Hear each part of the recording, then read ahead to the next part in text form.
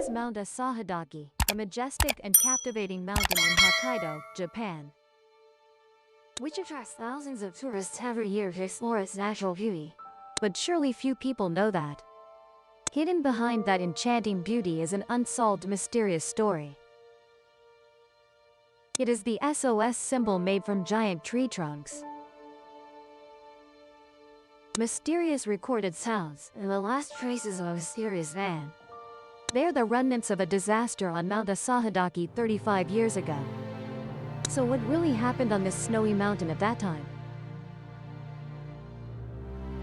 And who cut down those giant trees to create the SOS distress signal?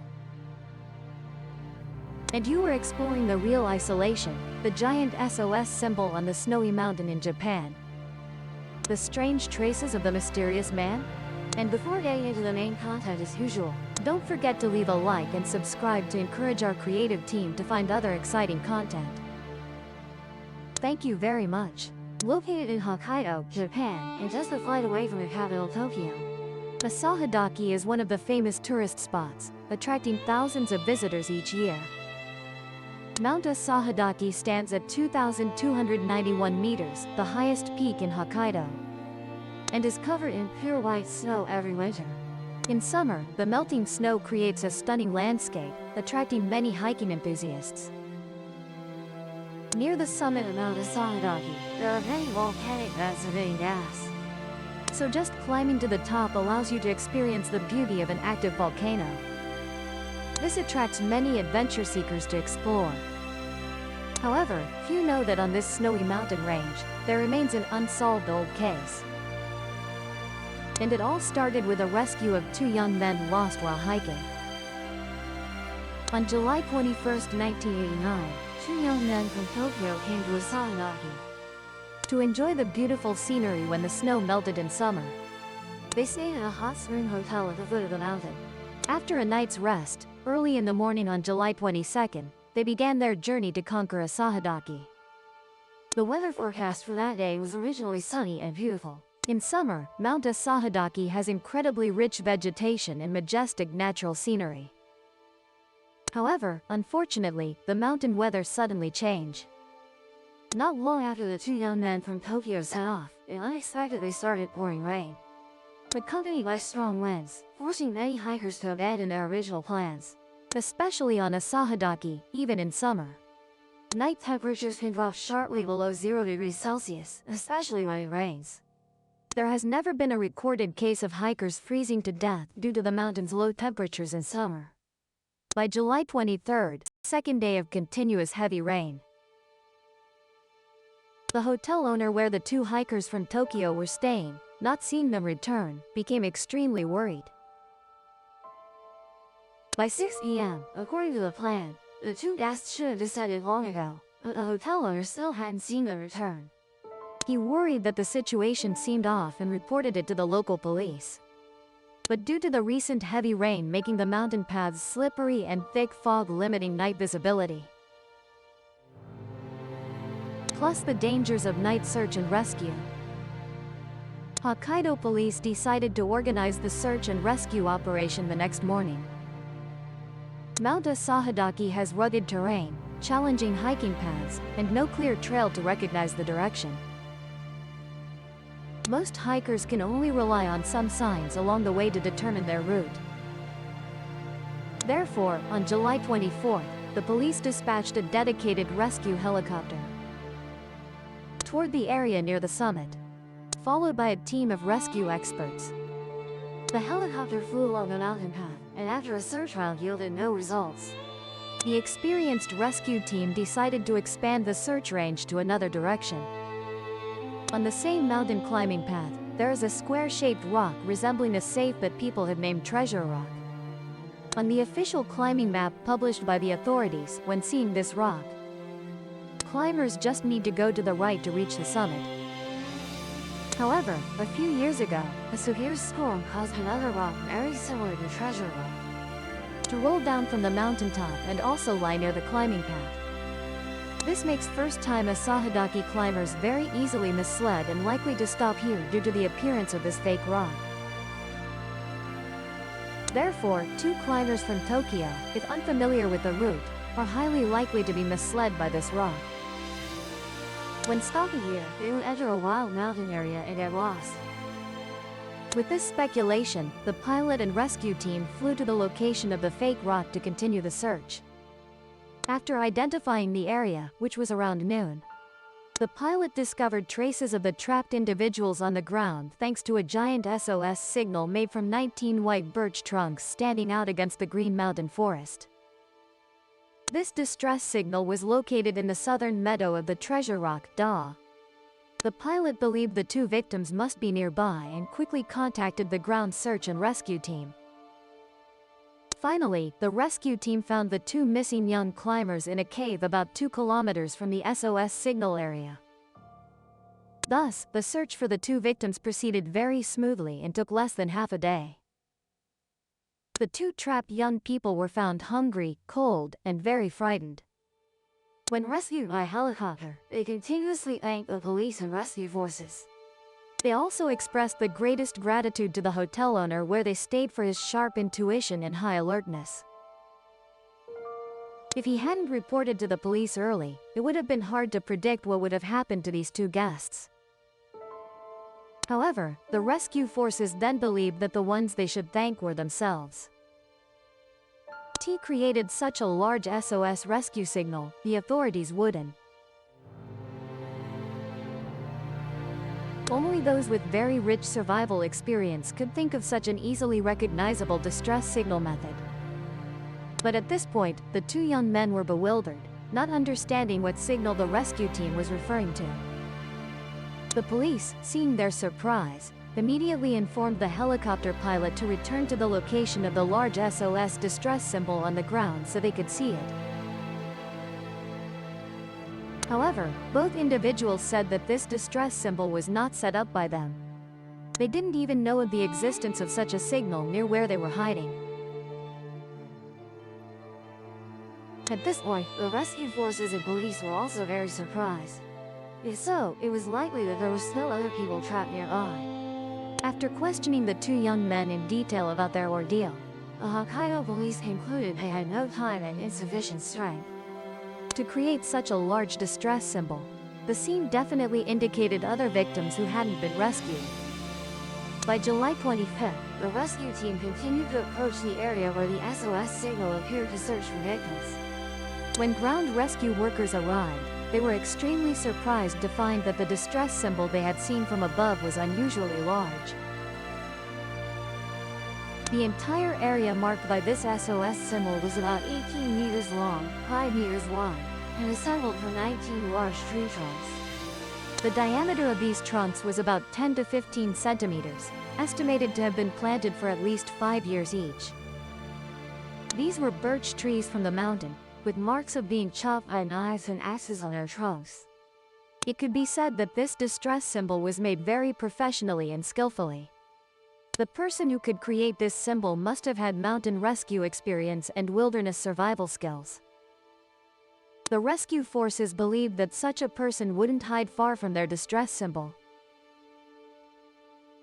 Therefore, the rescue team continued to search around this area. About 300 meters from the SOS symbol, the rescue team found a set of skeletal remains in the grass. Preliminary investigation by the forensic team concluded this was a man aged approximately 25 to 35, about 1.6 meters tall. Comparing with records of recent missing persons cases, the police determined that the evidence at the scene completely matched a case from 5 years ago. This man was named Katsuhiko Morita, who went missing in July 1984 when he was 25 years old. During the subsequent investigation, police discovered Katsuhiko Morita, born in 1959, was from Aichi Prefecture and worked at a local auto parts factory. Cooperating with the police investigation, his colleagues said Katsuhiko Morita was very introverted, often disliked communicating with others, and enjoyed watching anime. The authorities also found the victim's backpack near the accident site. Inside the backpack were some anime-themed music tapes and a set of Sumatsu no Harem manga. These items seemed to once again confirm Morita's identity as completely matching the investigation results. It seemed the victim's rescue would end here, but from the anime-themed tapes, the police encountered confusion once more. One of the tapes, when played to the last 2 minutes and 17 seconds, unexpectedly revealed the sound of a man calling for help. It was Marita's cry for help. In the recording, you once said that I cannot move. SOS, please save me. I am near the original helicopter. Please, get me out of here. At this point, the police raised the question of what Marita's purpose was in using a recorder to document these things.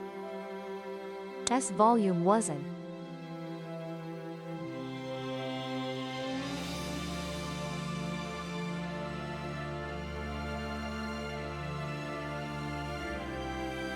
This seemingly futile action was explained after the police listened to the subsequent part of the recording. It appears Morita had a conversation with another person at that time. But if someone had actually found him, the reason why they didn't rescue him remains a mystery. After this case became known to many people, various controversies and rumors emerged. Some people chose to explain this incident mysteriously, suggesting that aliens helped the victim cut down birch trees in the forest and arrange them into an SOS signal.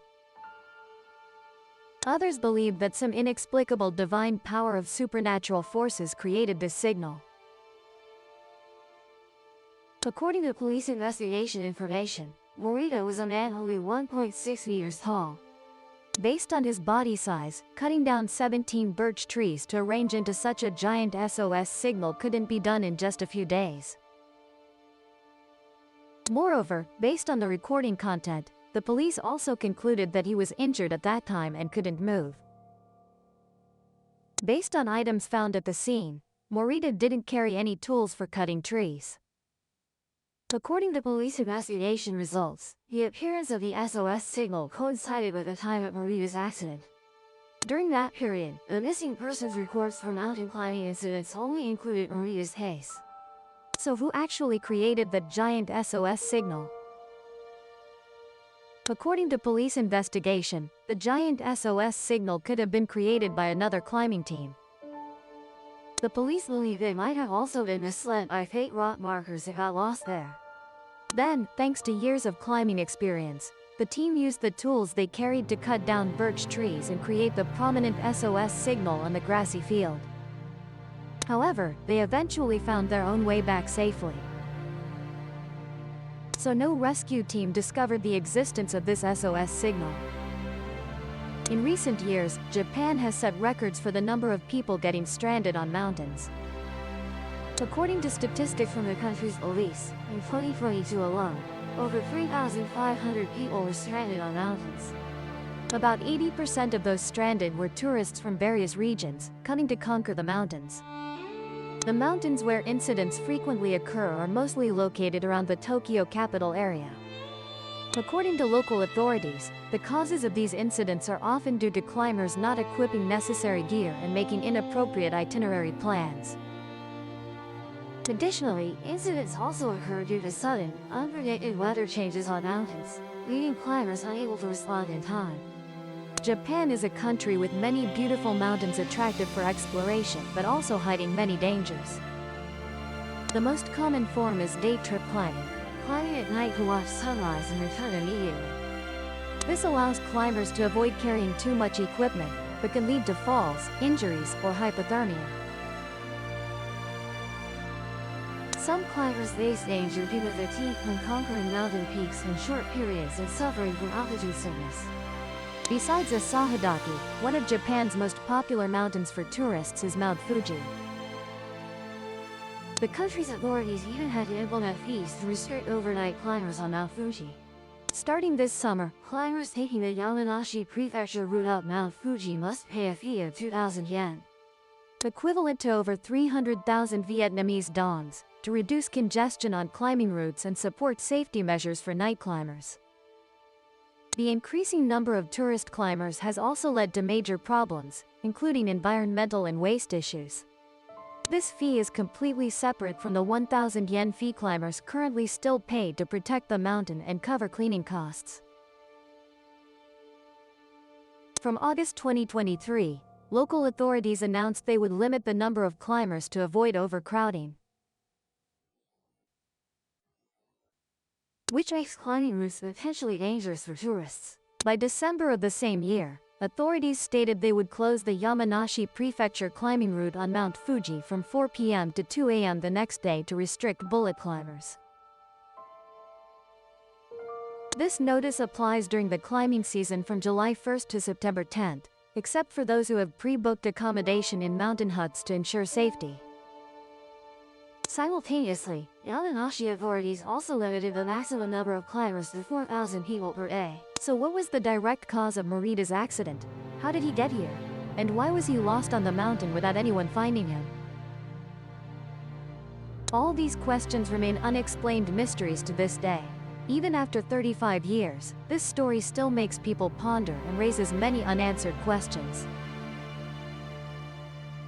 Mount Asahidaki continues to be a destination for explorers, but within it still lie many secrets that time hasn't been able to fade. And to dispel all speculation, the police removed the logs forming the SOS signal from the scene. From this incident, the police also implemented ropes and more detailed, professional mountain climbing route signage systems to prevent tourists from getting lost while conquering this mountain. And you, what do you think about this incident? What happened to Morita during his conquest of Japan's Hokkaido highest peak? Please leave comments below to discuss together. Don't forget to leave a like, subscribe to Realm of the Unseen channel and turn on notifications so you don't. Now, Hong bids you farewell and looks forward to seeing you in future videos. If the veil stirred, subscribe and meet the next encounter.